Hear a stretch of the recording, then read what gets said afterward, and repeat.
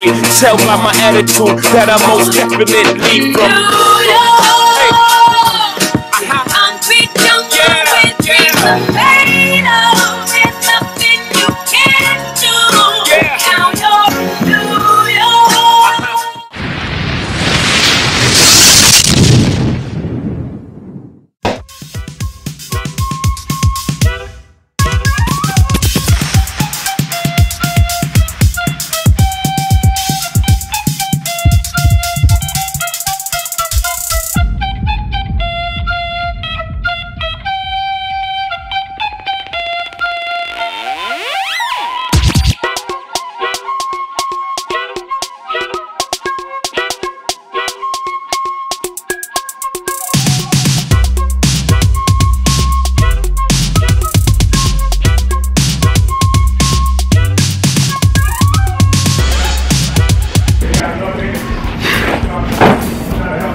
What's up, YouTube fam?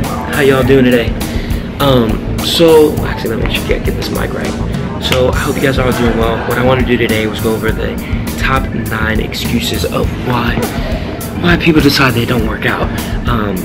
And this is really important to me because people like to make excuses why they can't work out, why they can't make fitness a priority, and they come up with all these different excuses. And honestly, you can do it regardless. You know, I'll start with the first one. The first one is you feel like you really just don't like to exercise.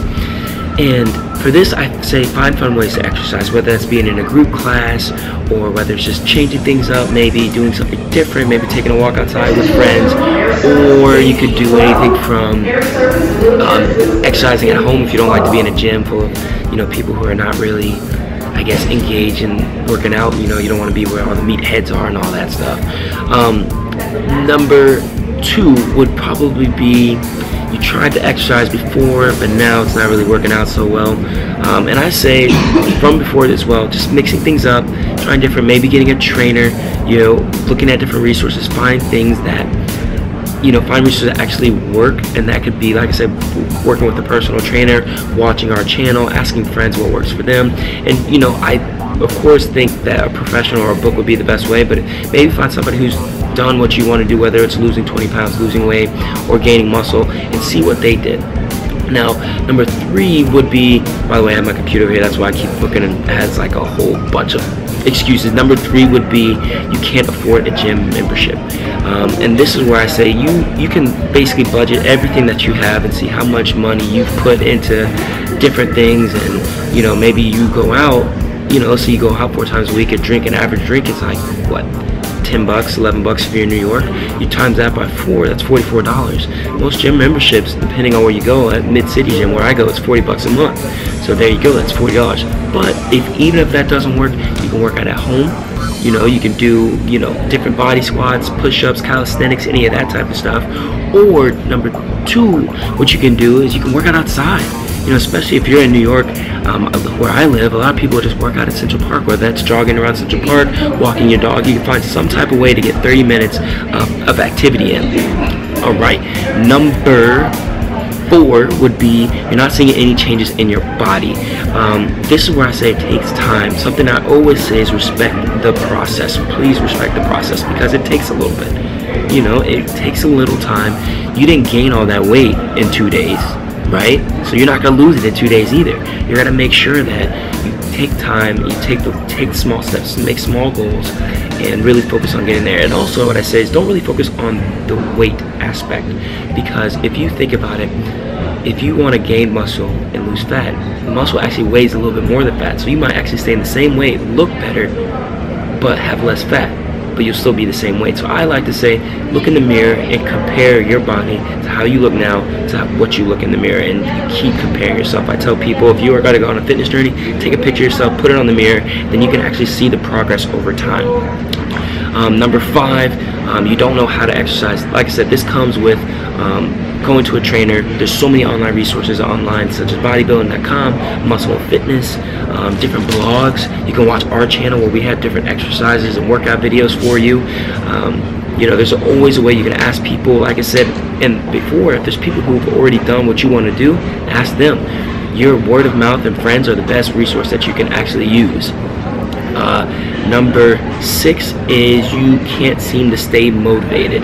So this one, I say, you got to find that motivation. You got to see what works for you, and really define what your goals are. If you set really good goals and really smart goals, you will be able to find something that you want to reach. And that's why I say find your why. Everybody wants to be healthy, they want to lose fat, they want to gain muscle, but why do you want to do that? What's that why? Once you find that why, that emotional reason why you want to go work out, you'll actually be a lot more motivated to go through with a plan and get to reach your goal. 7, exercise hurts. Now this doesn't apply to everybody, but I do say take it slow, start with light weights, get a trainer who can go with you, get a coach. But yeah, starting lighter, maybe just do body weight exercises. If you have injuries, just doing body weight squats, push-ups, sit-ups, things that you can easily do that doesn't need a lot of equipment or a lot of heavy weights that can put a lot of strain on your body. Eat. You can't make the commitment. So this is where I say, you have so many different commitments in your life that you got to make exercising and your health a priority. Something that I cannot stand is when people, and it's a saying that really does happen in this day, you spend all your health to gain wealth in the beginning, and then when you're all done, you spend all that wealth on your health. Why can't you have both? You want to be able to exercise and make money at the same time, live healthy, and be able to do all that. Why you got to give that up, later on in life and spend all that money back on your health? So make sure you do both. So make it a commitment, make it a priority. And then of course you already know what the last one is. Number 9, you do not have amount of time. That is the worst excuse ever. Exercisers and non-exercisers have the same amount of time. It just depends on where you want to put that time to exercise. When, that's why I say schedule it out.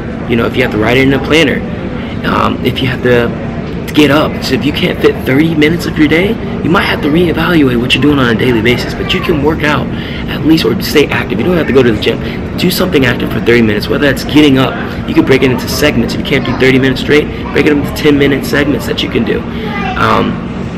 And like I said, break into segments and schedule it. You got a calendar, you can set alarms, anything. Get up every 5 minutes from the desk, go walk around, have walking work meetings, take the stairs. You can do something to stay active. So I hope that helped. The top 9 myths that have just been busted, and you already know, embrace the hype.